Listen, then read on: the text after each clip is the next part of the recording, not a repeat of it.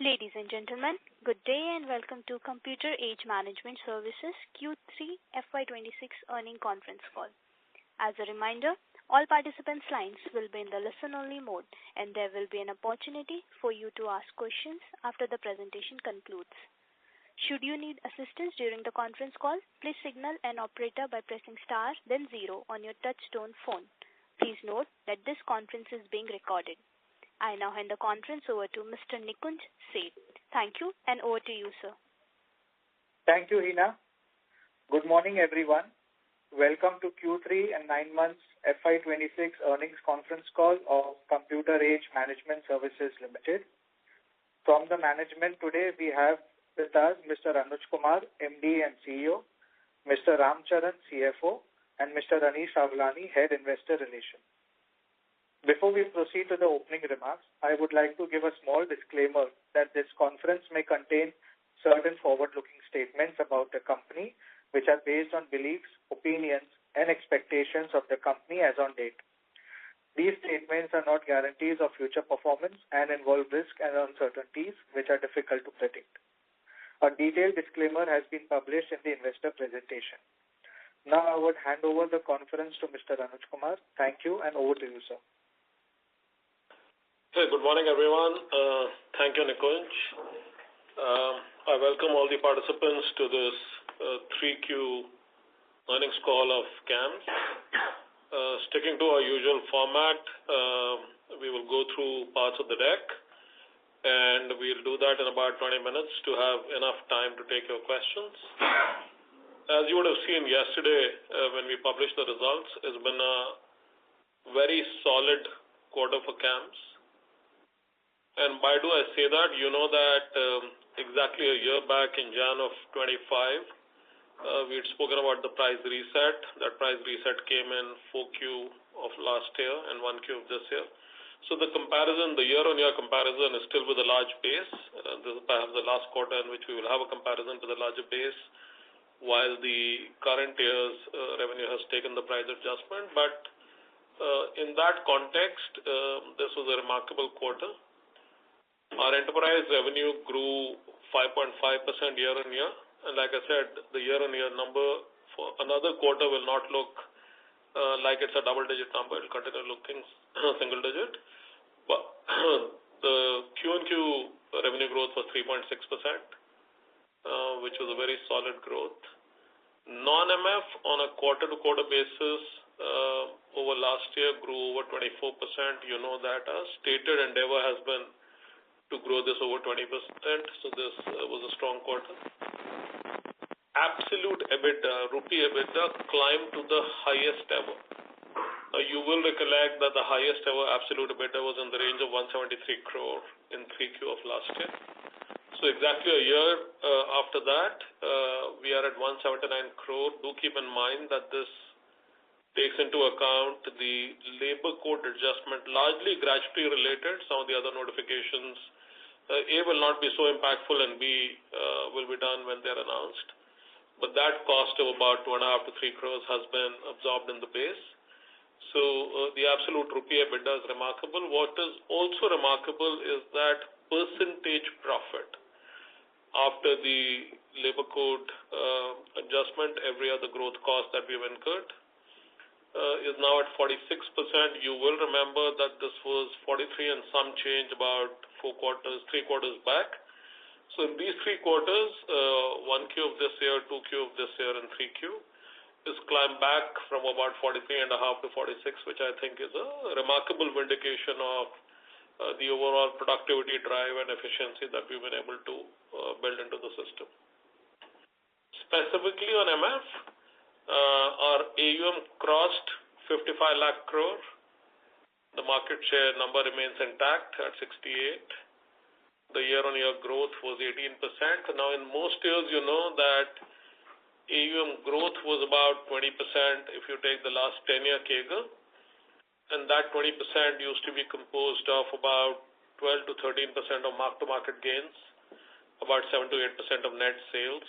This 18% number has happened despite the fact that mark-to-market gains are lower. So that just is a good indication of the resilience of the system and of the faith that the Indian, common investor has in the delivery made by the mutual fund industry. Within this, equity assets, a very, very handsome number, crossed 30 lakh crore for us.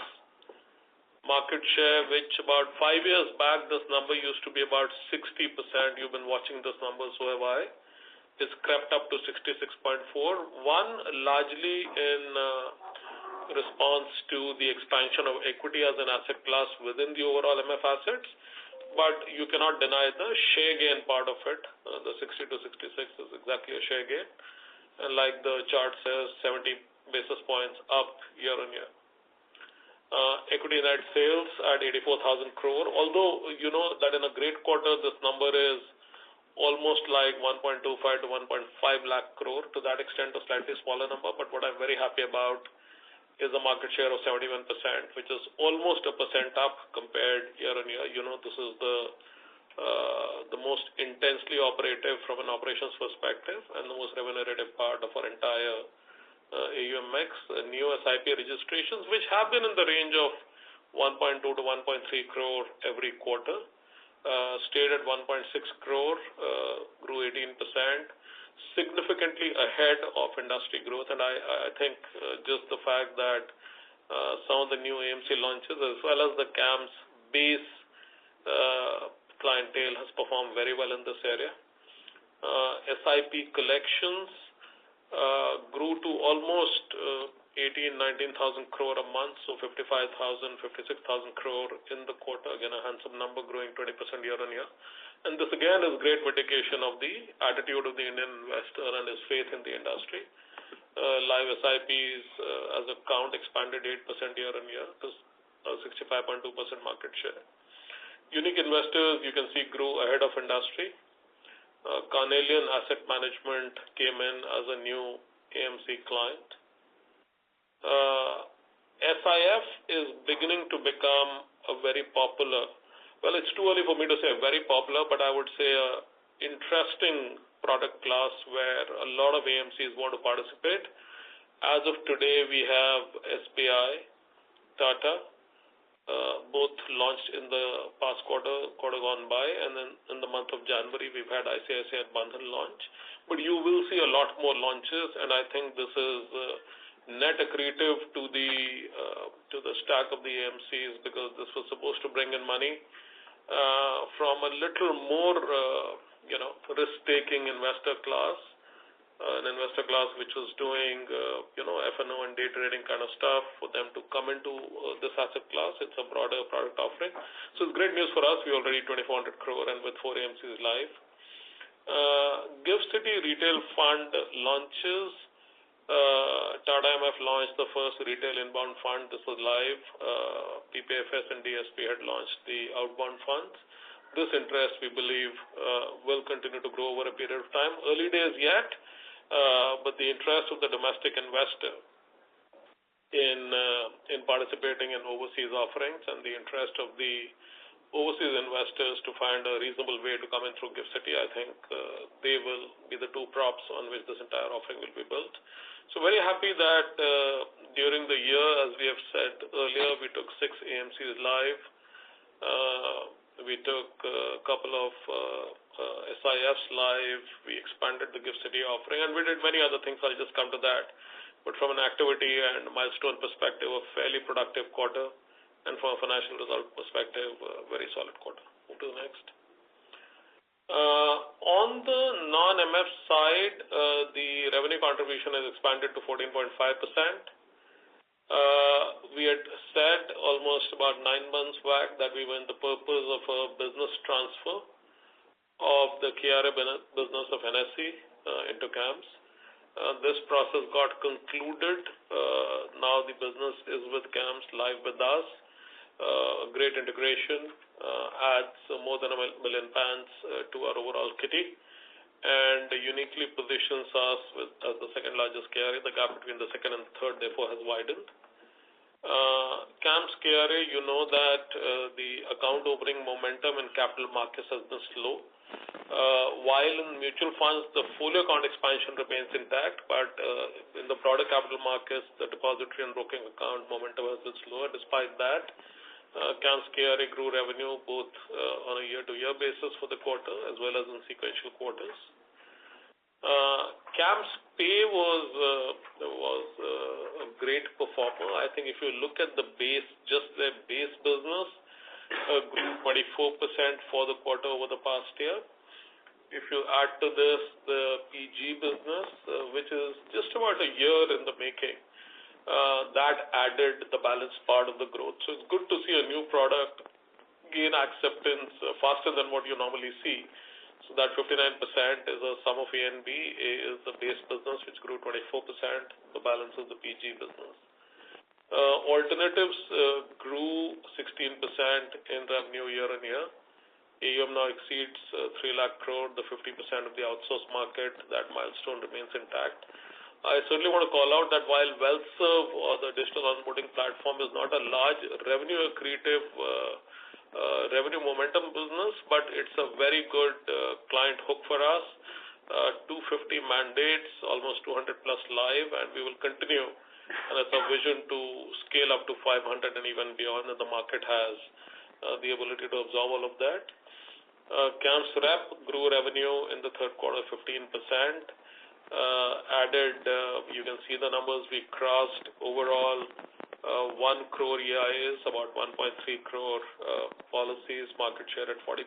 Again, I would say that the true momentum of this business, the true impact of what Bima Central can do, the true impact of DMAT and insurance, we are still scratching the surface. LIC, which had agreed to come in, into dematting of new issuance of policies, that was declared in March, April last year. They are near live. They've commenced, but I think the true momentum of that and the rest of the market expanding their acceptance is a slow process, but will happen. And I think we are very, very hopeful of continuing to scale these things. Bima Central as a unique offering for managing your insurance portfolio has continued to get awarded, recognized in multiple forums. You've seen some of that in our website. You've seen some of that in the various press conferences, releases, or LinkedIn posts, etc. So very happy that from a product development culture, that the movement that we started almost 5-6 years back to deeply build a product and a tinkering culture inside the company to have multiple offerings. Obviously, we don't want a dozen because you can't focus on a dozen, but to have maybe 4 or 5 core offerings which will drive growth, I think this is a nice pointer towards the future. On the DPDP Act implementation, where there are various components of what a good offering should look like, but from a consenting perspective, Think 360 has launched Consent Pro. You would have seen some PR on this, and we're expecting this to be a revenue business in the coming quarters.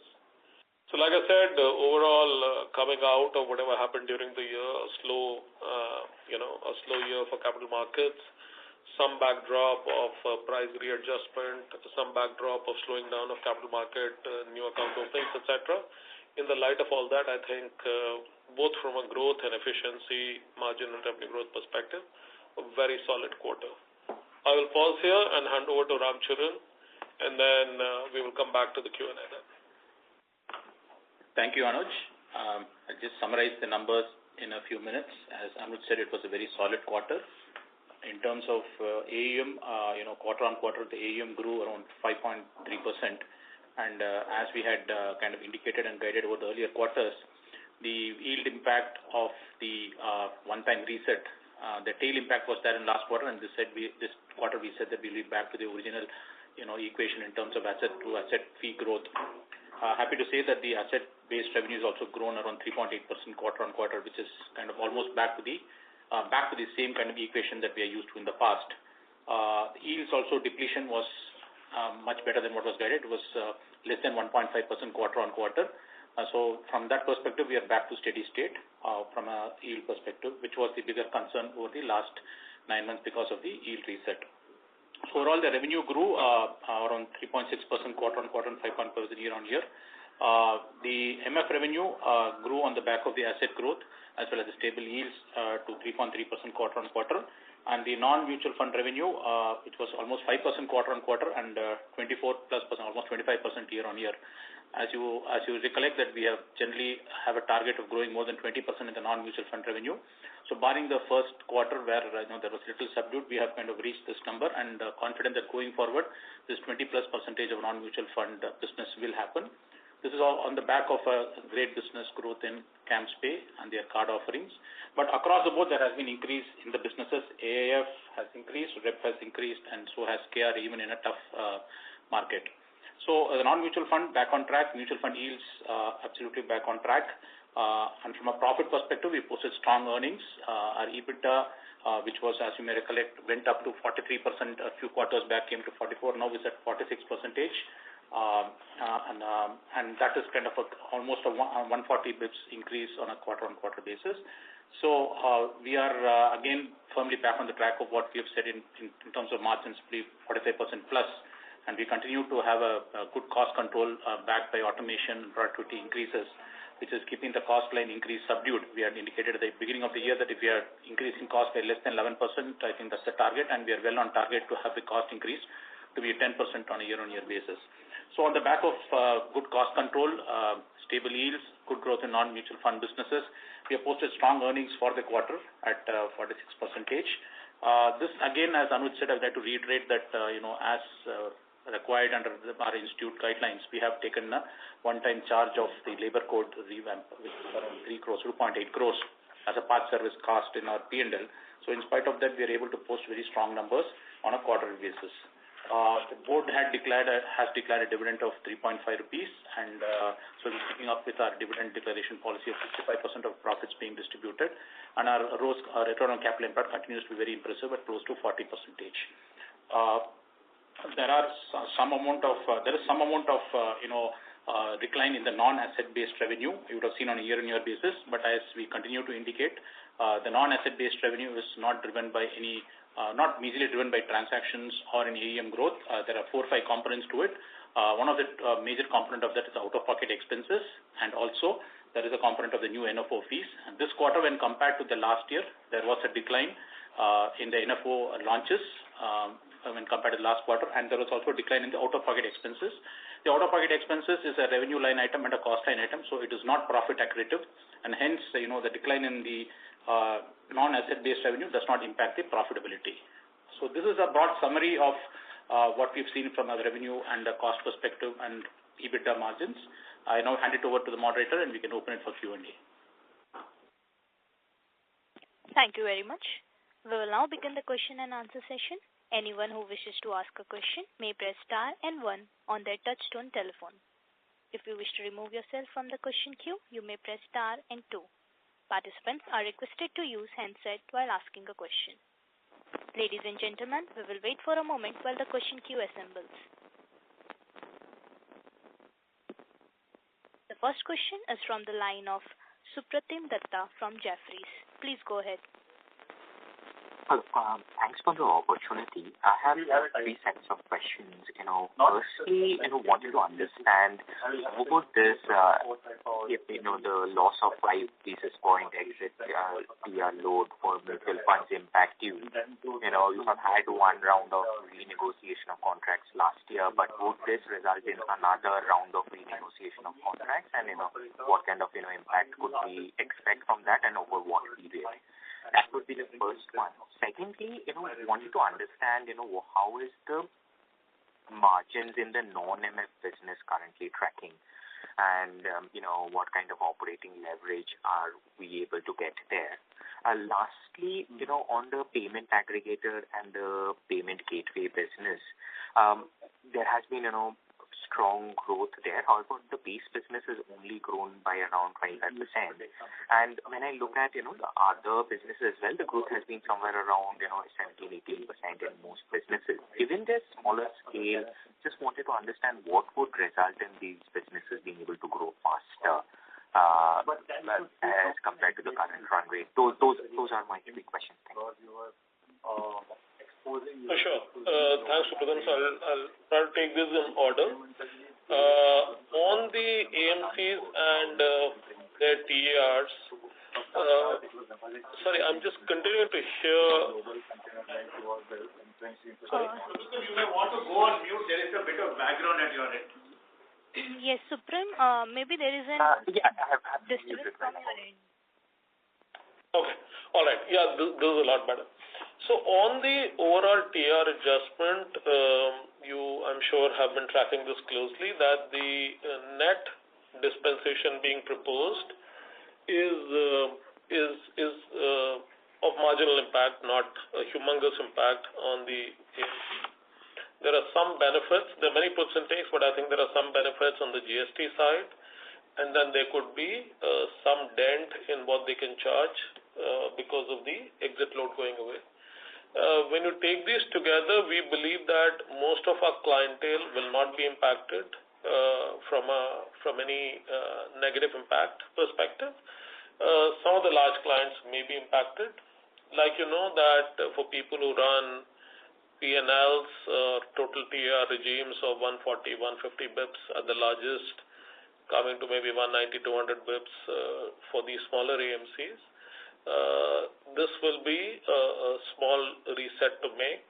Now, will they come to us for any conversation, etc.? We don't have any indication right now that all of that will happen. We've always stated that the amount of value we sell for the price we charge, A, is very large, and secondly, it continues to scale every year. So we believe that we have full justification to retain the prices. Right now, I think we should just wait for any conversation to happen. First of all, for this final regime to settle down, if it settles down in the first quarter of next year, and then for any conversation to happen. Even if conversations happen, we do not believe that this will be of a very large impact to us. Like we've said in the past, the impact could be, the boundaries of the impact could be 20-25 crores overall for CAMS. But we will wait and see. I don't want to jump into conjecturing on numbers and making estimates till we have a very clear view of what the impact is and what they are planning to do with this. That's part one of your question. On the non-MF business, the only way I would like to explain this to you, I'll split the answer in a few parts. One, businesses which are purely platform, so CAMS KRA and CAMS Rep are two great examples of purely platform businesses. They have the ability to make EBITDA in the 30 to 40% range. CAMS KRA is already there, which means it makes an EBITDA in that range. From there, the smallest ones are loss-making because it takes a revenue line of about anywhere between, let's say, 12 to 15 crore rupees of revenue line for these businesses to absorb cost. They all have a component of fixed cost. So some of them are loss-making, which still are not at break-even. Insurance is near break-even but not at break-even. Pension is loss-making. Account aggregator is loss-making. So overall, it's our aspiration to move this entire portfolio of non-MF. It will not go to 40 to 50% EBITDA easily. That will come after maybe 5, 6, 7 years. But in the next couple of years, it's our attempt to drive this to about 25 to 30% EBITDA. We believe that is possible. This business now has a base of about 230 to 40 crore. It's growing at the rate of about 40 to 50 crore a year. And I think the objective for the management team is to move a large part of this incremental revenue into the bottom line. And because of the platform nature of most of these businesses, like I said, Rep and KRA are two great examples. Payment is also a very, very relevant example of a platform business. So we are very hopeful of driving that internal target to drive them to 25 to 30% EBITDA. The third part of your question was that in CAMS Pay, what's happening, what is the growth trajectory? As you know, that from a portfolio perspective, we've stated that non-MF should grow 20% plus. Within that, you will remember that we had two breakaway years when KRA grew very fast. They almost doubled themselves in 3 years. There was a time when AIF grew very fast. And I think in the last 2 years, we've seen CAMS Pay grow very fast, which means CAMS Pay used to be under 30 crore business 2 years back. They scaled from about 30 to 50, 50 to close to 70 this year. We see them growing from 70 to 100 next year. Some of this is just the base consumers buying more, which is one way to grow. And I think payment gateway was a new part of the offering. And when we grow, obviously, we'll have to keep doing all of these things. Just base clientele growing is very, very organic and is just dependent upon what the market buys. So we want to do both things. In the base, we want to grab share. In the new offering, we want to have those strategic offerings which will lead to revenue growth. I think that team has been able to do both of these. The interesting part is that in the next 4 to 5 years, we are sure the way things are going, that this non-MF will be at least a 500 crore book for us in about 5 years. If it continues to grow 40 to 50 crore a year. And at that level, at about the 30% EBITDA, it should be a, let's say, 125 to 150 crore EBITDA range business. It's heading that way. And therefore, we are very, very hopeful that we'll be able to deliver all of this. Those are broadly my answers to your questions. If there's any follow-on, you can let us know. Yeah, just one thing, on the non-MF business, what is the current margin run rate? And on the CAMS space, I just wanted to understand what is the mix of non-MF clients and MF clients? Thank you. That's about it. Thank you. Okay. The current margins, we've seen some improvements happening over the quarters. A few years back, we were sub 10%. The current quarter, they are upwards of 13% EBITDA as a bucket. And as I just like to reiterate what Anuj said in terms of the bucket is mixed. It's got profit-making businesses, and it's got also businesses that are not making profit. So, but all put together, they are kind of at a 13+% EBITDA for the quarter. In terms of CAMS Pay, earlier it was entirely dependent on mutual funds, and now the dependence on the mutual fund revenue is less than 50% of the overall. Thank you. Thank you. A reminder, anyone who wishes to ask a question may press star and 1 on their touchtone telephone. The next question comes from the line of Devesh Agarwal from IIFL Capital. Please go ahead. Good morning, everyone, and thank you for the opportunity. Sir, my first question would be on the MF yield. Could you share if there are any major AMCs which are coming up for renewal over the next 18 months? So, Devesh, hi. As we have indicated in the past, there are no major AMCs that are coming up for a renewal in the upcoming financial year. There are a few mid-sized AMCs who will come, which are kind of due in the part of the year.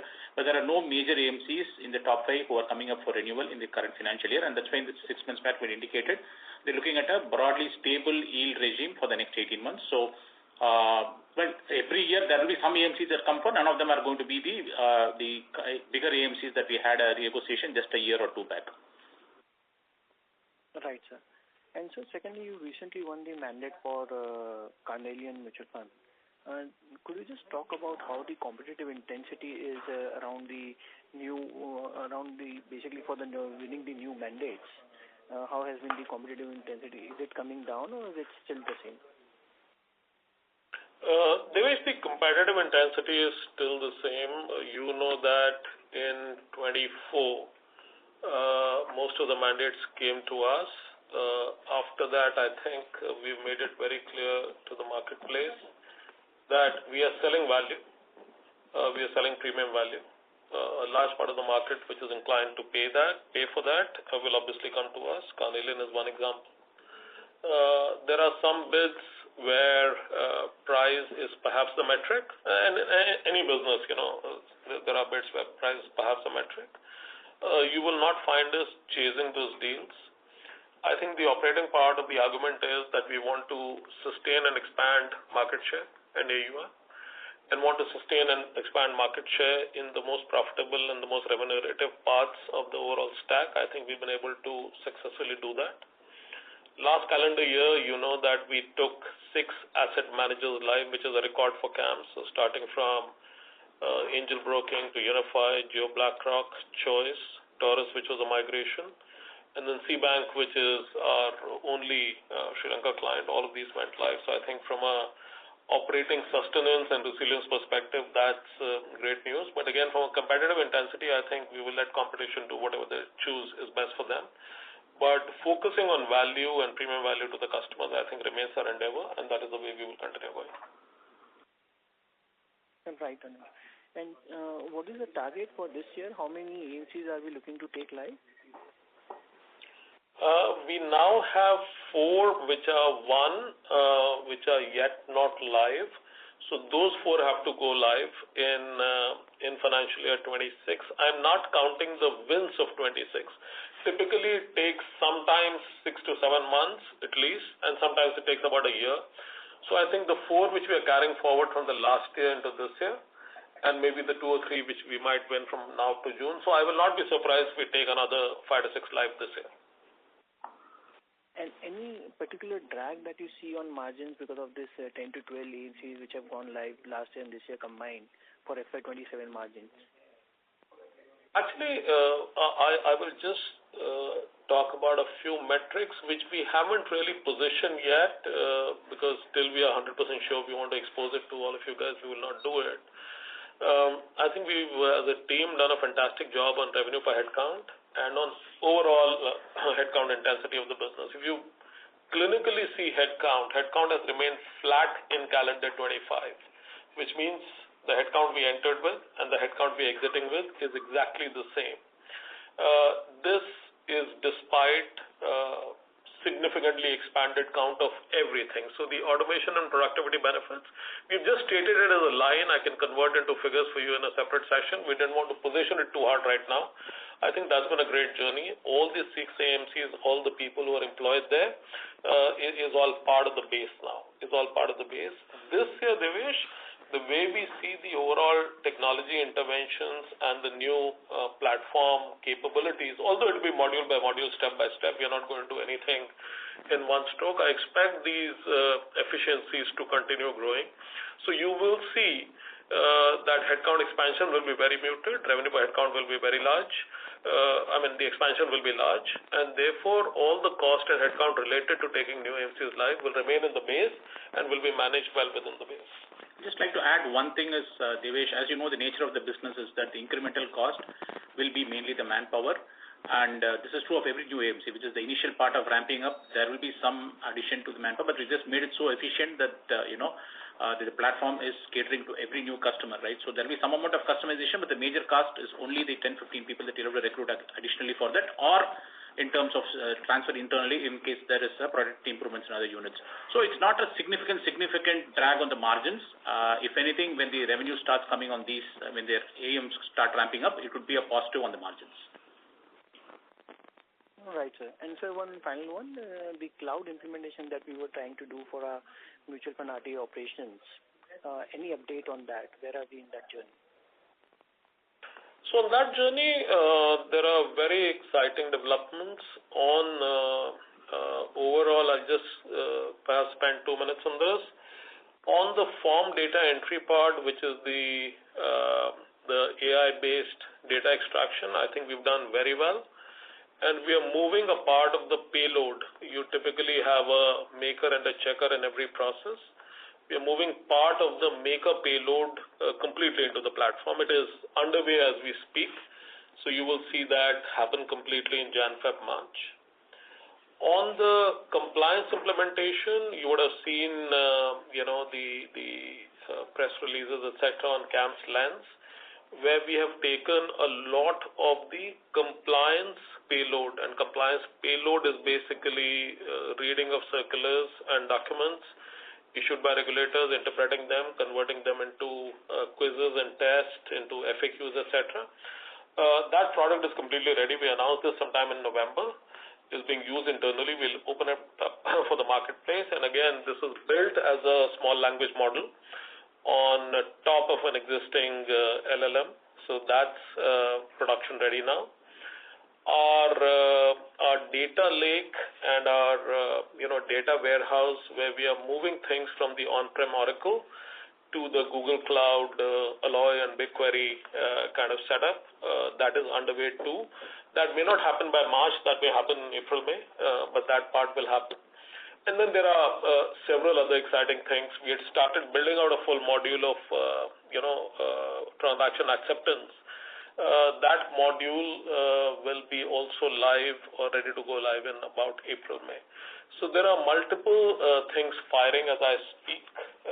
There is a large team of engineers and, of course, people, the SMEs from our base business who are involved with this. So I'm quite happy. It's a very humongous program. It has multiple people, cultural, partner, technology dimensions. It involves work that we have not done in the past ever. And re-architecting platforms, it takes companies very long. We chose to go on a module-by-module approach. So that part is coming out very well. We will also cover this in more detail in the analyst meet sometime in February. Right, sir. Perfect. Thank you so much, and all the very best. Thank you. Thank you. Anyone who wishes to ask a question may press star and 1 on their touchtone telephone. The next question comes from the line of Dipanjan Ghosh from Citi. Please go ahead. Hi, sir. Good morning. So, a few questions from my side. First, on the KRA business, do you see any sort of pricing regime change over the next few years? That was the first question.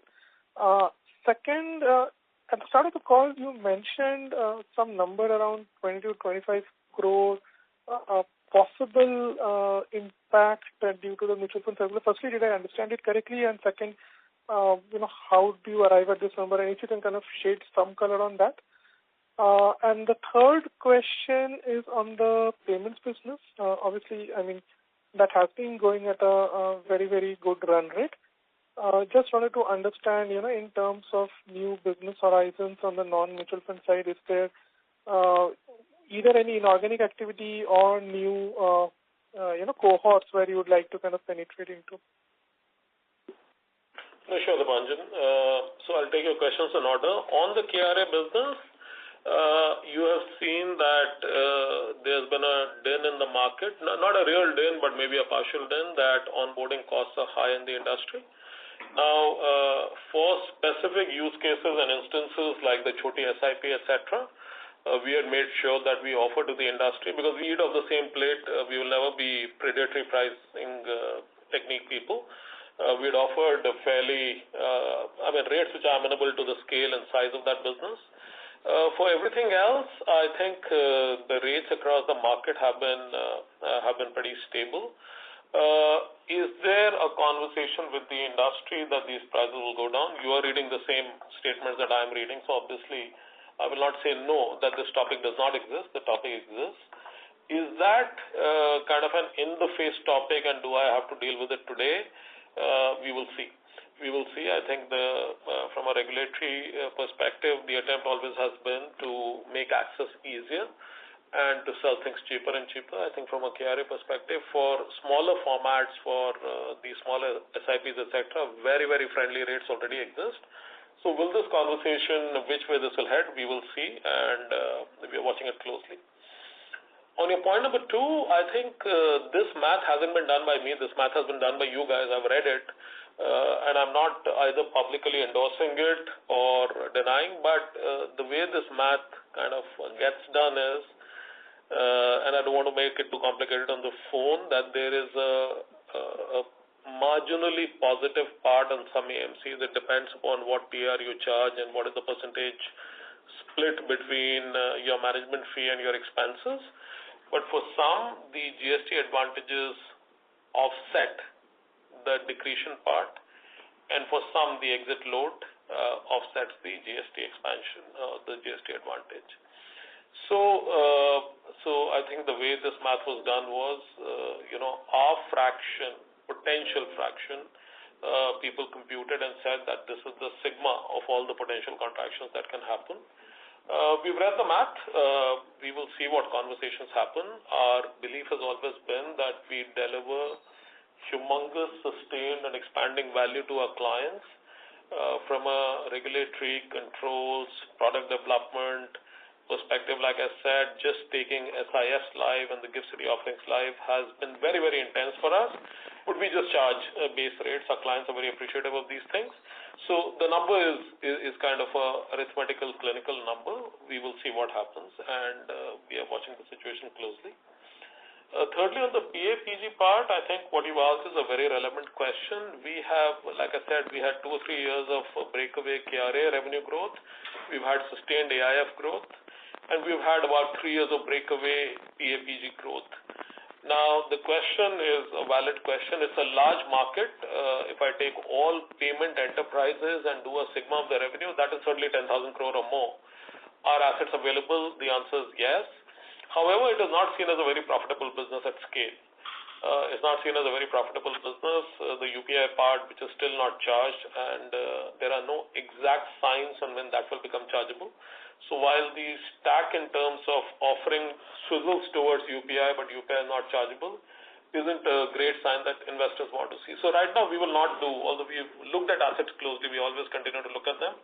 I think we believe that this is a part of our offering which we want to scale to an extent. Let's say if we get to about 90 to 100 crore next year and maybe about 120 crore the year after, we will pause and see what we want to do. The profitability metric is important. So right now I think it's unlikely that we will jump in and say some asset is, the owners are selling, therefore we want to buy in the area of payments, till we believe that this will align to the 30% or more EBITDA margins that we aspire to achieve from it. Got it. So just if I can squeeze in one small question. On the mutual fund side of the business, are there any asset managers where the renegotiation or the repricing kind of happens on an annual basis, or everything is more like a 2, 3, 5 year contract? Annual basis is not something that happens. It's generally 3, Dipanjan, sometimes 2.5, 2 if there is some expectation of an event happening in the next couple of years. But I think the average you should take it as a 3-year period.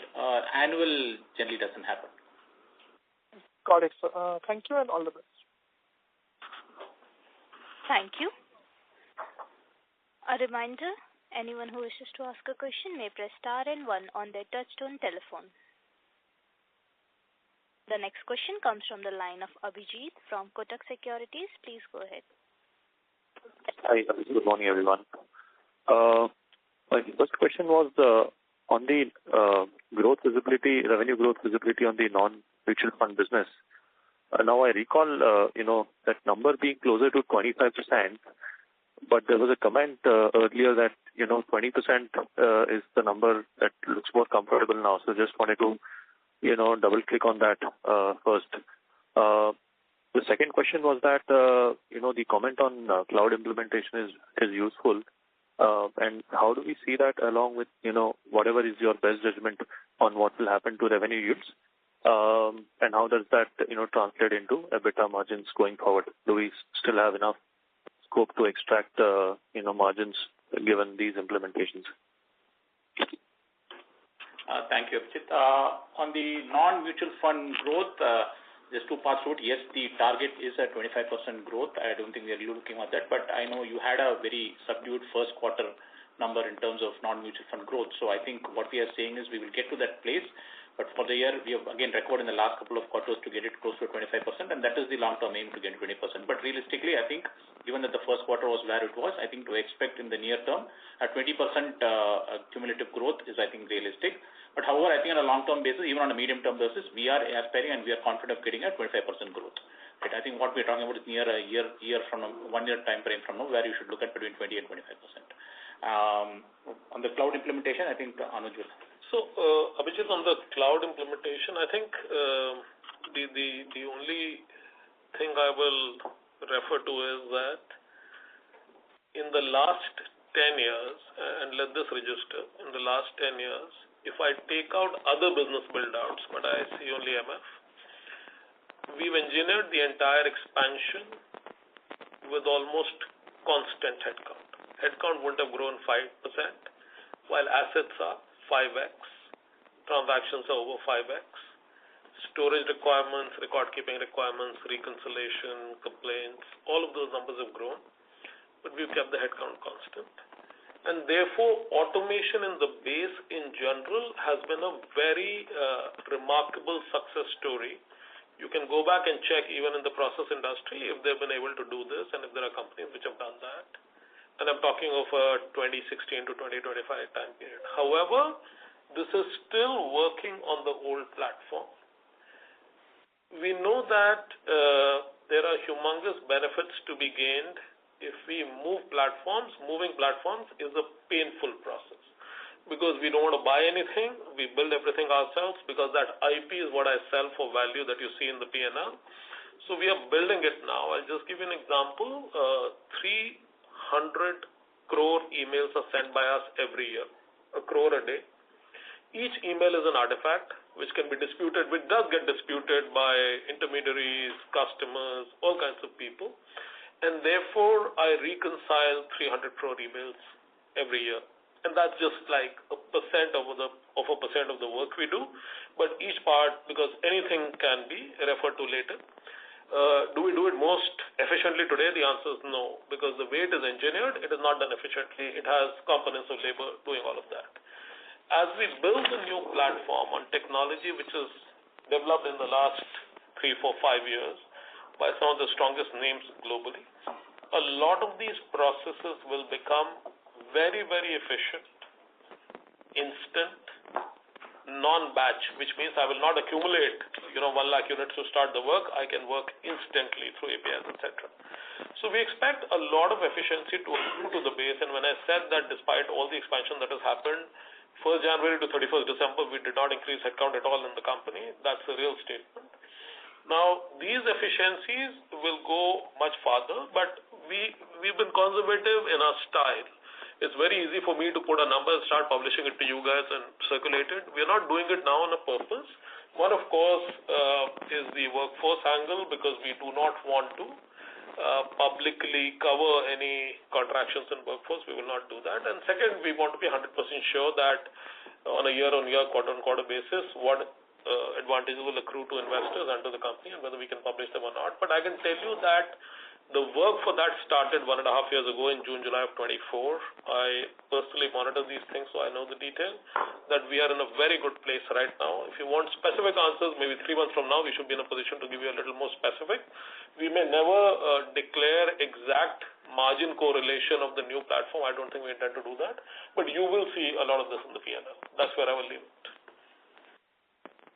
Thank you, Manoj. Thank you, Ram. Very good. Thank you. The next question comes from the line of Sanket from Avendus Spark. Please go ahead. Thanks for the opportunity. So I had one simple question, that the delta improvement in the margins, what we saw in quarter-on-quarter basis, is predominantly driven by the non-MF business. Is it, or if you can give the delta change, how much it contributed from the new businesses and maybe MF in that sense? So, Sanket, the delta actually is predominantly because of the mutual fund business only. The non-mutual fund increase in margins was there, but it was not significant enough to make more than 100 bips increase in margins. I think that level of margin dip did not happen non-mutual. Predominantly, it is because of the mutual fund business. And if you see, also driven by the rationalization in the manpower cost, is that we do not have any increase in the manpower cost in spite of the labor code charge. I think quarter-on-quarter, my manpower cost is stable, is static. In fact, there's no increase at all, there's minor decrease. So it is driven only by the core business. A very small part of it is because of the non-mutual funds. Understood. And you mentioned that your blended margin is 13% for the non-MF part. Say maybe given it has improved by 300 basis point on year-on-year basis, if I understood right, then is it fair to say that a similar delta can happen in this line of business in a year or two in that sense, given a couple of businesses are pure platforms? So the 10% reference rate was not last year. It was probably 2.5, 3 years back when we started tracking this very closely as a separate bucket. On a year-on-year basis, I think the margin increase will be close to 100 bips only. It's not 300 bips in terms of non-mutual fund business. But yes, going forward, we do expect once we start adding more revenue to the top line, as Anuj mentioned, these are all platform-based businesses. There could be a replication of this, in terms of every year. For us to get to, in 3 years' time, to a consolidated 20% EBITDA is, I think, the base. We should be something more than that, but at least to get there within the next 3 years, which means that as we keep adding revenue, the increase in margins will be significant. So we hope to get to this 20% EBITDA margin within the next 3 years for the non-mutual funds. Okay. So basically a 700 basis point improvement in the non-MF business in 3 year period is possible from the current levels. It is absolutely possible. Yes. Understood. And lastly, given so many mutual funds have got onboarded in last couple of years, this people count control is sustainable, or you think ultimately somewhere we need to start adding people to cater to the requirements in that sense? You will see that we have just inserted one line on technology-based productivity. So while all these new MFs need teams, our philosophy has been dedicated headcount, fenced areas for every new client. We don't give them any shared facility to the extent possible. All that has happened, I think all these additions have been offset by efficiencies that we've created in other places, some led by the new platform, some led by past innovations in technology in the base stack itself. So that will continue. You will only see it gaining more momentum. It will not slow down. I think it's a 4-5 year journey from now where you will continue seeing these efficiencies play out. So Anuj, is it fair to say that with no significant man count addition, with productivity gains, you can still cater to the newer funds, even if you have a dedicated team to the newer funds? Yes, the last full year was vindication of this. Just look at the last full years. We've stated in public that we've taken these 6 clients and the SIFs live. The net headcount is flat to lower, like Ram said. Those are the real figures. So in simple words, then with no people addition, is it fair to say that a pure MF business, not considering the new non-MF business, there is a scope, assuming yield pressure doesn't come because of the TR or something of that kind, then is it fair to say that this productivity gains itself can expand your margins by maybe another 100-200 basis points in a couple of years? Just like to see a couple of points there. Okay. One is that while there is no headcount increase, there will be a remuneration increase, which is your increments and the annual increments will happen. So it's not as if the labor cost is going to remain same. So there will be some cost pressure because you know that every year there has to be an appraisal that goes to the employees. In a good year, it's probably more than 10%. A bad year is probably 7-8%. So that's a cost that will come in. But as we say, even if there is moderate yield pressure and even if there is an impact on the salary cost, and given the technology investments that we continue to make and the hiring which we continue to do for the platform, to expect a 100 bps creep up in margins over the next year or two is something that is on the cards. But again, there are several moving parts to this. We would stick to our revenue, to our margin guidance to say that we will be more than 45%. We will creep up to 46 and 47 in good quarters. But to predict anything more than that will be a little premature now. Understood. This is very clear. Thanks for the answers. Thank you.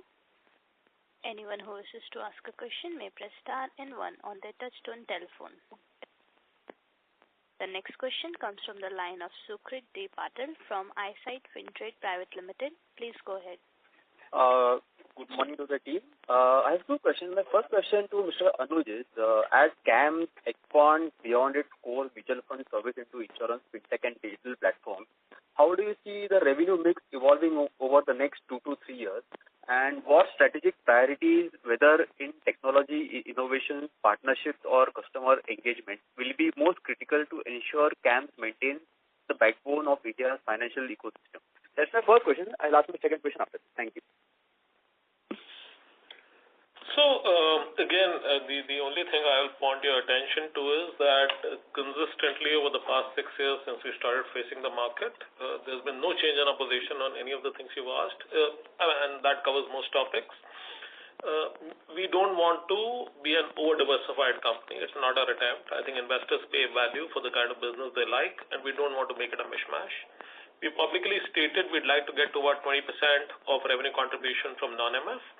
We are steadfastly chasing that as a goal. If we are able to expand revenue by about 150 to 200 crore every year in the next 3 years, we will be a 2,000 crore company soon. That's in 3 years or 2.5 years. At that time, 20% of non-MF is 400 crore. We would like to get there. In MF, I think if you've just seen our leadership, and obviously some of you do attend the annual, the meet we do for analysts, you would have seen that not just the top level leadership, but people beyond, we have made significant investments. None of this is lip service. None of this is showing you the mugshots of people who don't work for us. All of this is clearly rupee value that we are delivering to the marketplace. If you ask me one single investment that I've made in my time, it is this. Today we have literally between 50 to 100 engineers sourced from the IITs. And if I include the IIMs and the NITs and some of the tier 1 institutes, this number will be about 150, which we acquired in the last 2.5 years, 3 years, to build out the platform, be part of operations, be part of product, etc. So that remains. We will not become over-diversified. We will not make acquisitions just to make the top line look nicer. So our stated commitment to the domestic market, and despite all the temptations, you would have seen that we've been saying this consistently, that till the domestic market worries us in some form, we are committed to the domestic market. This is the arena we are playing in. Within the domestic market, 80% of our revenue should come from MS and related market segments. We will remain there. Now, the balance part, when it becomes 400 or 500 crore, needs its own attention. For insurance companies, for example, we relate with the regulators and the top insurance companies, same for payments. Those two certainly, to an extent, AIF and KRA, although AIF is a very splintered business, there are not 60 but thousands of them, so cost of sales, etc. increases. For every product class, therefore, I think the dynamics are different. Mutual fund is concentrated business. The rest of them don't have concentration. They are splintered businesses, and therefore cost of sales will be high. Cost of product can be high, where we are competing with the fintechs and the startups, which is like the account aggregator business. I don't think I have a single answer for your question. All I will say is that in the last 10 years, we've been able to kind of stitch the strategy which plays well to the market to gain acceptance, to be the number 1 or number 2 player in every segment we are in. And today you will see that at 68% market share, we are the number 1 player in MFRT. At 50% market share, we are the number 1 player in alternatives outsourcing. At 40% market share, we are either number 1 or number 2 in insurance repository. At close to 20%, we are the number 2 in KRA. So these are the positions we are aspiring for. Can I get there for every business? The answer is no.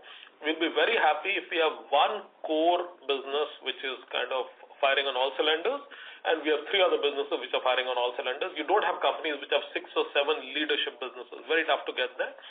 The rules of concentration apply to all of us, right? You can't be an athlete doing 3 sports. So we're cognizant of that, but that perhaps answers your question. Anything else that you need, maybe you can have a separate dialogue. Fair enough. My second question is to Mr. Ramcharan. With CAMS consistently delivering strong margins, how are you planning to sustain profitability while funding growth in newer businesses? Looking ahead, what is your framework for balancing operating leverage, disciplined capital allocation, and digital cost efficiency to drive ROE and long-term sustainability? Thank you. Oh, sure. As you know that the business that we operate in offers some amount of operating leverage to us. Well, there is always puts and takes, right? So from a margin perspective, there is always the pressure that you hit on the employee cost. There is the yield pressure that is abated now, but still is there to some extent. And then there is the entire technology investments and regulatory pressures that you need to keep investing. So this is offset by what we do in the productivity enhancements and technology, etc. So it's a constant kind of puts and takes between both, and we have managed to get a balance between the two, and have seen that in fact post-listing we've been able to increase our margins by 100 bits a year at least, and now that we are at a steady state of between 45 and 46%. At any point of this journey, we've never optimized on our investments in technology. We never investments in non-mutual fund businesses. We have built out several products and platforms. We are cognizant of the fact that these could be one of these could be the breakout revenue opportunity for us in the future also. So we've never optimized on the investments assets. Even in quarters where the margins were 42-43%, we did not optimize on investments. We continue to build the products. We have released several such products in terms of AIF, the WellServe, account aggregator product, the pension product, and even the several enhancements that's happened from a mutual fund perspective. So I think the future is secure from that perspective. We've invested for the future. We invested on technology.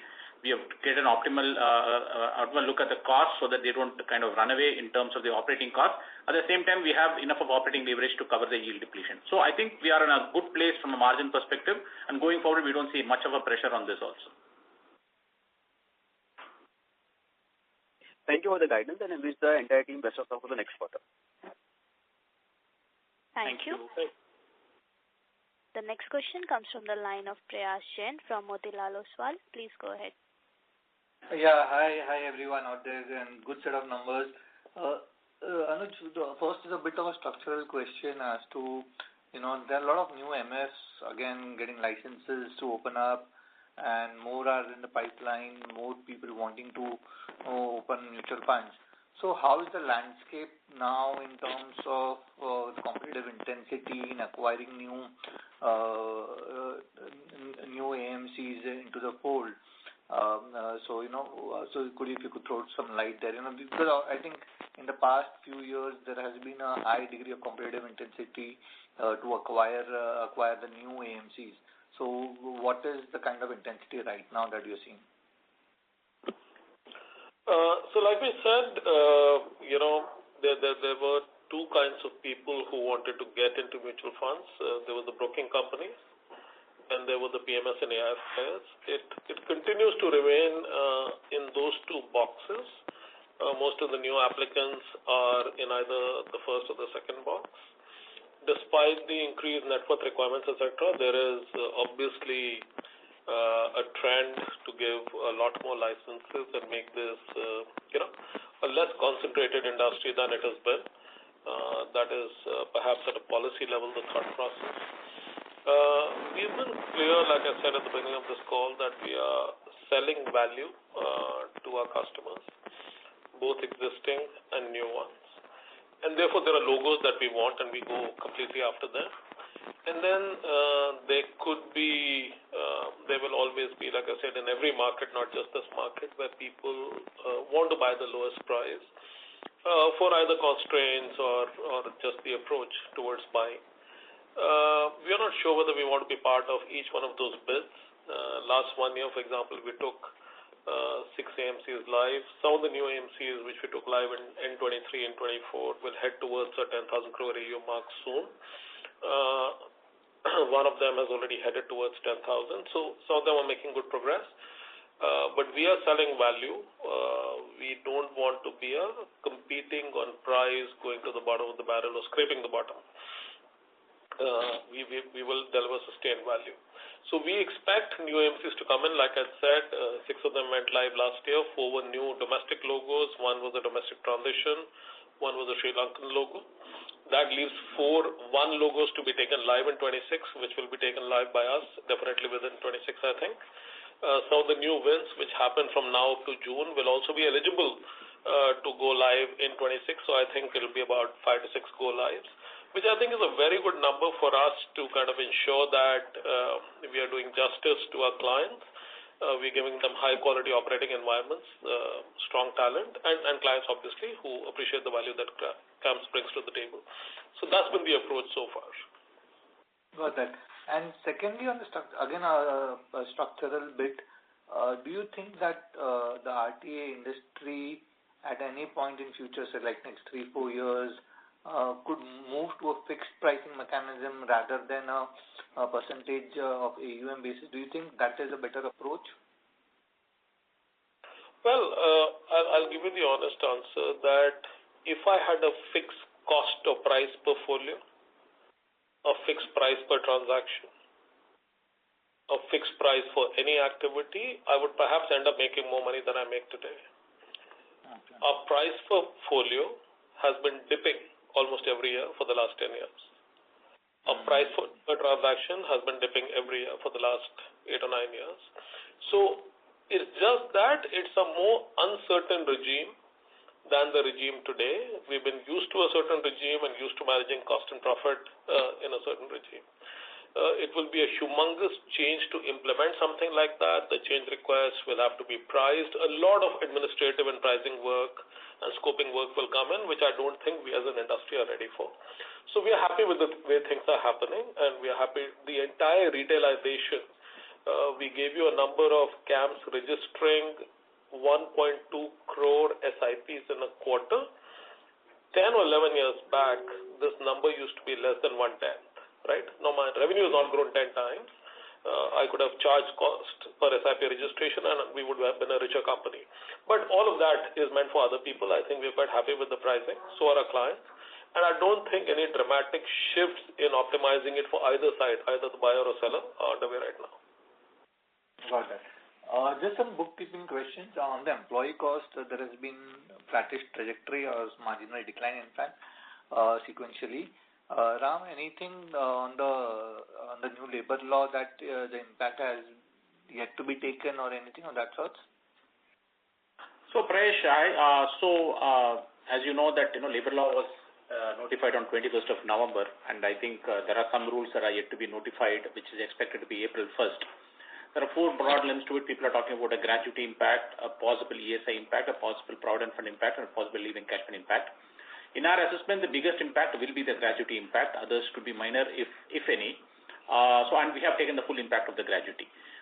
So we have done an actual valuation, and hence, I think going forward from a labor code perspective, we do not expect a significant cost to come to the books. I think that has been fully provided for in the current quarter. Right. And last bit on the seasonality in CAMS pay, like in the fourth quarter of FY25, we had seen a very sharp jump from about 11 crores to about 16 crores revenue. That's because the CAMS pay is a part of insurance as well. We should expect something similar. Is that the right way to think about seasonality in CAMS pay?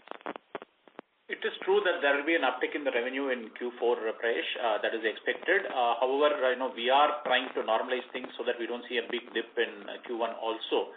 There are enough efforts underway to broad base the client base to ensure that doesn't happen. But to your limited question of whether there's going to be a spike in Q4, we do expect Q4 revenue to grow over Q3 revenue.